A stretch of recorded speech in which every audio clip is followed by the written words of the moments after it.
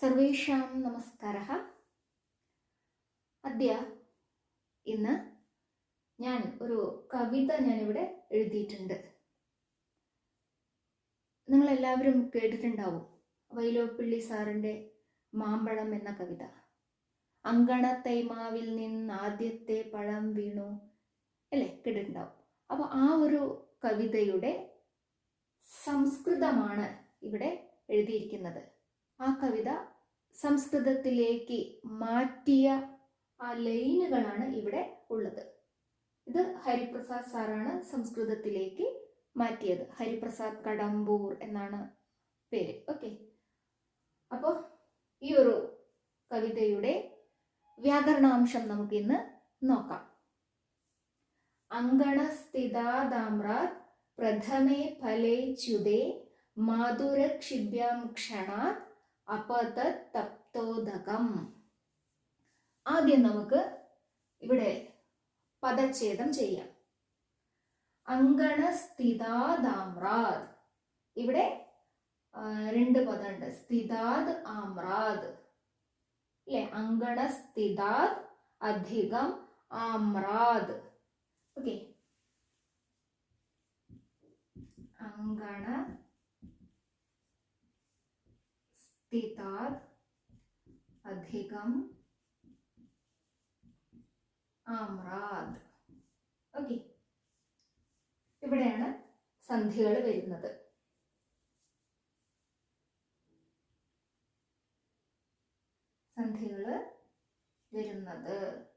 എങ്ങനെയാണ്? ഈ ത പ്ലസ് ആ പോയിട്ട് അവിടെ ദ ആയി വരികയാണ്. ജഷ്തു സന്ധിയാണ് അവിടെ വരുന്നത്. ഓക്കെ, ഇനി അടുത്തത് പ്രഥമേ ഫലേ ച്യുതേ. അവിടെ ഒന്നും പിരിക്കേണ്ട ആവശ്യമില്ല. മാധുരക്ഷിഭ്യാം, അവിടെ എങ്ങനെയാ വരിക? സന്ധി പഠിച്ചവരൊന്ന് പറഞ്ഞേ. മാതുഹു അക്ഷിഭ്യാം അല്ലെ. മാതുഹു, അവിടെ വിസർഗത്തിന് രേഫം കൊടുത്തിട്ടാണ് മാതുര എന്നാവുന്നത്. ഓക്കെ, അപ്പൊ ഇവിടെ വിസർഗസന്ധി വന്നു. പിന്നെ എവിടെയുള്ളത്?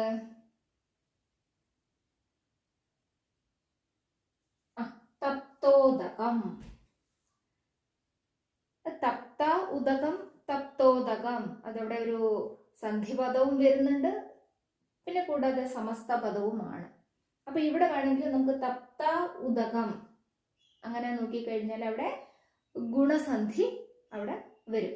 ഞാനിവിടെ ഒരു സമസ്ത പദം ആയതുകൊണ്ടാണ് ഞാനിവിടെ സെപ്പറേറ്റ് ആയിട്ട് എഴുതാണ്ടിരിക്കുന്നത്. ഓക്കെ, എങ്കിലും അവിടെ ഒരു ഗുണസന്ധി അവിടെ നിൽപ്പുണ്ട്. ഓക്കെ, അപ്പൊ ഇങ്ങനെയുള്ള ശ്ലോകത്തിലെ ഈ രണ്ട് ഭാഗത്താണ് സന്ധിയുക്തമായിട്ട് വന്നിട്ടുള്ളത്. ഓക്കെ, ഇനി അടുത്തത് എന്താണ്? പദച്ഛേദം കഴിഞ്ഞു. അടുത്തത് ഇനി എന്താണ്? അന്വയം അല്ലെ. അന്വയം ഞാൻ ഇവിടെ എഴുതി വെച്ചിട്ടുണ്ട്, നേരത്തെ തന്നെ എഴുതി വെച്ചിട്ടുണ്ട്. എന്താണെന്ന് വെച്ചാൽ എഴുതാൻ കുറച്ച് എന്താ പറയുക, ഈ ഒരു ബോർഡിലായതുകൊണ്ട് എഴുതാൻ കുറച്ച് ബുദ്ധിമുട്ടായതുകൊണ്ട് നേരത്തെ എഴുതി വെച്ചു, അത്രയേ ഉള്ളൂ. ഓക്കെ, അപ്പൊ നമുക്കൊന്ന് നോക്കാം. അങ്കണസ്ഥിതാദ് ആമ്രാത് പ്രഥമേ ഫലേ ച്യുതേ ക്ഷണാത് മാധുഹു അക്ഷിഭ്യാം തപ്തോദകം അപതത്. അപ്പൊ ഇവിടെ എന്താണ്? അങ്കണസ്ഥിതാദ്, മുറ്റത്ത് നിൽക്കുന്ന, ആമ്രാത് മാവിൽ നിന്നും, പ്രഥമേ ഫലേ ച്യുതേ ആദ്യത്തെ പഴം വീണപ്പോൾ, ക്ഷണാത് പെട്ടെന്ന് തന്നെ, മാതുഹു അമ്മയുടെ, അക്ഷിഭ്യാം കണ്ണുകളിൽ നിന്ന്, തപ്തോദകം ചുടുകണ്ണീർ, അപതത് വീണു. ഓക്കെ, അപ്പൊ മുറ്റത്ത് നിൽക്കുന്ന മാവിൽ നിന്ന് ആദ്യത്തെ മാമ്പഴം വീണപ്പോൾ അമ്മയുടെ കണ്ണിൽ നിന്ന് ചൂടു കണ്ണീർ വീണു. ഓക്കെ, അപ്പൊ ഇതാണ് അന്വയം. ഇനി ഈ അന്വയത്തിന്റെ ക്രിയാപദം എന്താണ്? അപതത് വീണു അല്ലെ. അപതത് വീണു ക്രിയാപദം. എന്തു വീണു? എന്താണ് വീണത്? തപ്തോദകം അപതത്, ചുടുകണ്ണീര് വീണു. അതാണ് ഇവിടെ ഉദ്ദേശിക്കുന്നത്. ഓക്കെ, മാമ്പഴം വീണു എന്ന് ഉദ്ദേശിക്കരുത്. ഇവിടെ അമ്മയുടെ കണ്ണിൽ നിന്ന് ചുടുകണ്ണീര് വീഴുകയാണ്. അപ്പോഴാണ് വീണു. എന്താ വീണത്? തപ്തോദകം. അപ്പൊ ഇവിടെ തപ്തോദകമാണ് കർത്തൃപദം. ഓക്കെ, പക്ഷെ ഇതാണ് കർത്തൃപദം, ക്രിയാപദം. പിന്നെ കർമ്മപദം ഉണ്ടോ? ഒന്ന് നോക്കിക്കേ, കർമ്മപദം ഉണ്ടോന്ന്. ദ്വിതീയ വിഭക്തിയിലുള്ള എന്തെങ്കിലും പദങ്ങൾ ഇവിടെ ഉണ്ടോ? ഇല്ല അല്ലെ? എവിടെയും തന്നെ ദ്വിതീയ വിഭക്തിയിലുള്ള പദങ്ങൾ ഇല്ല. അപ്പൊ ബാക്കിയുള്ള പദങ്ങളെല്ലാം നമുക്ക് ആ ഓരോരോ പദത്തിന്റെയും അർത്ഥം അനുസരിച്ചിട്ട് അങ്ങനെ നേരിട്ട് എഴുതി, അത്രേ ഉള്ളൂ. ഓക്കെ, ഇപ്പൊ ഇവിടെ ചുടുകണ്ണീർ വീണു. അപ്പൊ കസ്മാത് തപ്തോദകം അപതത്. അക്ഷിഭ്യാം, അക്ഷിഭ്യാം തപ്തോദകം അപതത്. കസ്യാഹ അക്ഷിഭ്യാം, ആരുടെ കണ്ണുകളിൽ നിന്നാണ്? മാതുഹു. കഥാ മാതുഹു അക്ഷിഭ്യാം തപ്തോദകം അപതത്. തപ്തോദകം അപതത്. ക്ഷണാത്, പെട്ടെന്ന് തന്നെ. ഓക്കെ, ഇനി എപ്പോഴാണ് എന്താ പറയാ അമ്മയുടെ കണ്ണിൽ നിന്ന് ചൂടുകണ്ണീർ വീണത്? ആദ്യത്തെ ഫലം വീണപ്പോൾ. ആദ്യത്തെ ഫലം വീണപ്പോൾ. പ്രഥമേ ഫലേ ചുതേ. ആദ്യത്തെ ഫലം എവിടെ നിന്ന് വീണപ്പോൾ? മാവിൽ നിന്ന്. കസ്മാത് ആമ്രാത്. എങ്ങനെയുള്ള മാവിൽ നിന്ന്? അങ്കണസ്ഥിതാദാമ്രാത്, മുറ്റത്ത് നിൽക്കുന്ന മാവിൽ നിന്ന്. ഓക്കെ, അപ്പൊ ഇവിടെ എല്ലാം ജസ്റ്റ് ഓരോ ക്വസ്റ്റ്യൻ ചോദിച്ചിട്ട് ഞാൻ പോയിന്നേ ഉള്ളൂ. ഓക്കെ, പക്ഷെ അങ്ങനെയും നമുക്ക് ചോദിക്കാൻ അറിയണം. ഓരോ പദം കണ്ടു കഴിഞ്ഞാലും അവിടെ എങ്ങനെ ക്വസ്റ്റ്യൻ ചോദിക്കാം എന്നുകൂടി നമുക്ക് അറിയണം. പക്ഷെ അതൊന്നും ഇപ്പൊ മനസ്സിലായിട്ടുണ്ടാവില്ല എന്നുള്ളത് എനിക്കറിയാം. ഓക്കെ, അപ്പൊ മെയിനായിട്ട് കർത്താവ് അല്ല ക്രിയ, കർത്താവ്. ഓക്കെ, ഇനി നമുക്ക് വ്യാകരണാംശം നമുക്കൊന്ന് നോക്കാം. ആദ്യത്തെ പദം എന്നിട്ട് അങ്കണസ്ഥിതാദാമ്രാത്. ഇവിടെ നമ്മൾ പദച്ഛേദം ചെയ്ത് പറയുകയാണെന്നുണ്ടെങ്കിലും അങ്കണസ്ഥിതാദാമ്രാത് എന്ന ഒറ്റ പദം ചെയ്താലും ഒരൊറ്റ നിയമം മാത്രമേ ഉള്ളൂ. ഓക്കെ, അപ്പൊ നമുക്ക് നോക്കാം. ആമ്രാത് എന്നാണ് അല്ലെ? അകാരാന്ത നപുംസകലിംഗ. ആമ്രം നപുംസകലിംഗ അല്ലേ? നപുംസകലിംഗ പഞ്ചമി വിഭക്തി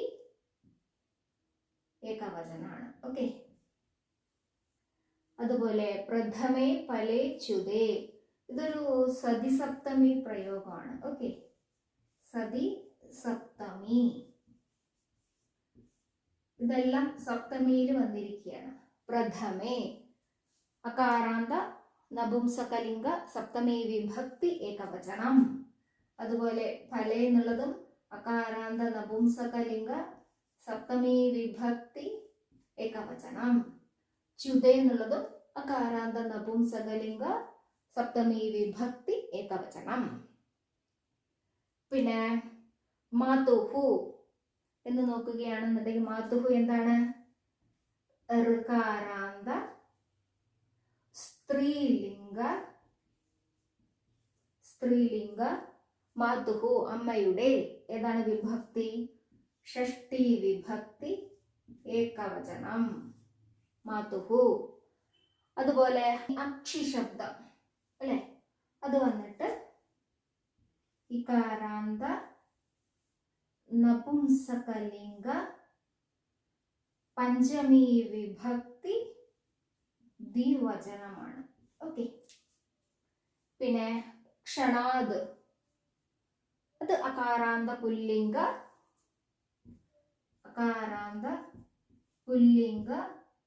പഞ്ചമി വിഭക്തി ഏകവചനം ക്ഷണാത്. അപതത് ക്രിയാപദമാണ്. ഓക്കെ, അതെന്താണ്?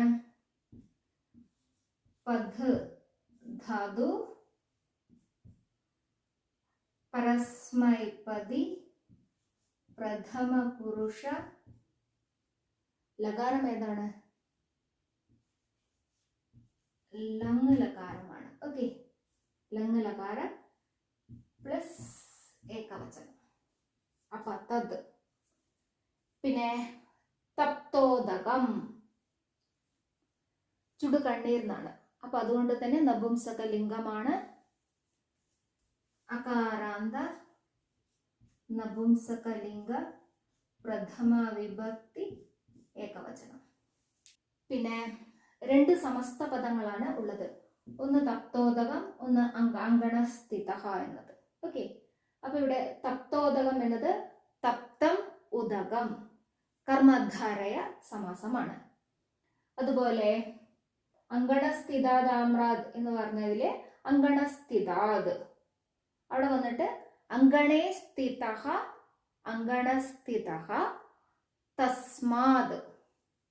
ഓക്കെ, അപ്പൊ ഇവിടെ എന്താ പറയാ, ബഹുവ്രീഹി സമാസം നമുക്ക് എടുക്കാം. ഈ ആമ്രാദ് എന്നതിന്റെ വിശേഷണമായിട്ട് അങ്കണസ്ഥിതാദ് വരുന്നത് കൊണ്ട് ബഹുവ്രീഹി ആയിട്ട് നമുക്ക് എടുക്കാം. വ്യധികരണ ബഹുവ്രീഹി. ഓക്കെ, അപ്പൊ ഇത്രയേ ഉള്ളൂ ഈ ഒരു കവിതയുടെ വ്യാകരണാംശം.